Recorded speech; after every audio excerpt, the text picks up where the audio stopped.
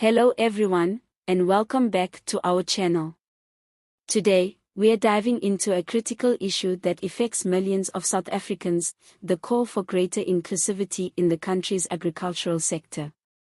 President Cyril Ramaphosa recently delivered a powerful speech at a national agricultural conference, emphasizing the urgent need for transformation in an industry that has long been dominated by a privileged few. But what does this mean for South Africa? How will these proposed changes impact farmers, consumers, and the broader economy? Stick with us as we break down this important topic. And don't forget to like, subscribe, and hit that notification bell so you never miss an update on important national issues. A call for transformation. South Africa's agricultural sector has played a crucial role in the country's economy for centuries. However, it remains deeply unequal, with historically disadvantaged groups, including black farmers, women, and the youth, still struggling to gain access to resources, land, and financial support. President Ramaphosa's speech made it clear, this must change. In his address, he pointed out that if South Africa wants sustainable economic growth, social justice, and job creation, the agricultural industry must reflect the diversity of the country's population. That means creating more opportunities for black farmers, ensuring women have equal access to land ownership, and equipping young people with the skills they need to succeed in farming. Ramaphosa didn't just highlight the problem, he laid out concrete steps that the government is taking to address these inequalities. Let's take a closer look at these measures and what they could mean for the future of agriculture in South Africa. Government initiatives to support emerging farmers. One of the biggest challenges that small-scale and emerging farmers face is a lack of financial resources. Farming is capital-intensive, requiring land, equipment, seeds, and infrastructure. For decades, the banking system and private lenders have favored established commercial farmers, leaving smaller, historically disadvantaged farmers struggling to get started.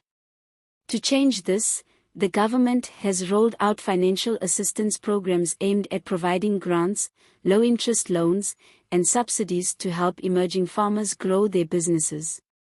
These programs are designed to make sure that even those without generational wealth or access to traditional credit systems can build sustainable farming enterprises. Another crucial initiative is skills development and training programs.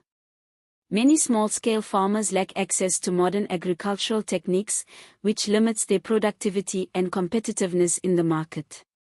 The government is working to provide training, mentorship, and technical support to help these farmers improve their yields, manage their businesses more effectively, and compete with larger commercial farms.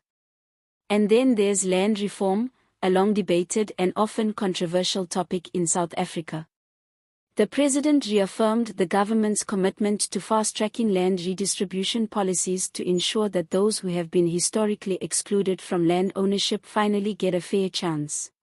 Challenges in achieving inclusivity. While these initiatives are promising, the road ahead is not without challenges. South Africa's land reform process has been slow, often plagued by bureaucratic inefficiencies, corruption, and conflicts over land rights. In many cases, land redistribution efforts have failed to provide new landowners with the necessary resources and skills to make their farms successful. Additionally, there is still resistance from some powerful players in the agricultural industry who fear that these reforms could lead to instability or reduce productivity. Large commercial farmers argue that if land reform is not handled carefully, it could result in the collapse of major farming enterprises, leading to food shortages and economic losses. Ramaphosa, however, made it clear that his government is committed to a balanced approach, one that promotes transformation without sacrificing food security and economic stability. He emphasized that collaboration is key, calling on industry leaders, private investors, and civil society to support inclusive policies that will benefit the country as a whole. The bigger picture, why agricultural transformation matters. Beyond the question of fairness and justice, why is this push for inclusivity in agriculture so important for South Africa's future? The answer lies in economic growth, job creation, and food security. A more inclusive agricultural sector means more jobs. Agriculture has the potential to employ millions of South Africans, especially in rural areas where unemployment rates are alarmingly high. Increase food production. By equipping more farmers with the tools they need to succeed, South Africa can increase domestic food production, reduce reliance on imports, and strengthen food security. Greater innovation. When more people from diverse backgrounds are involved in farming, they bring fresh ideas and innovative approaches that can help boost efficiency and sustainability in the sector.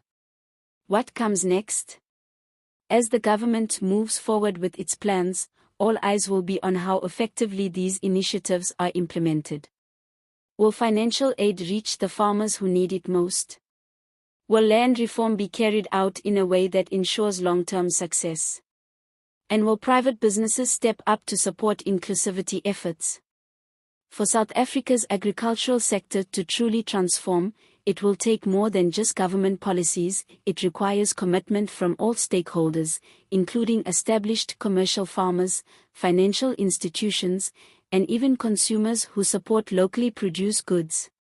Ramaphosa's message is clear: South Africa's future depends on a fairer, more inclusive agricultural industry.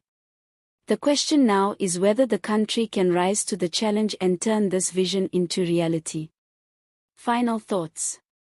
What do you think about President Ramaphosa's push for inclusivity in agriculture? Do you believe the government's initiatives will be enough to create real change? Let us know your thoughts in the comments below.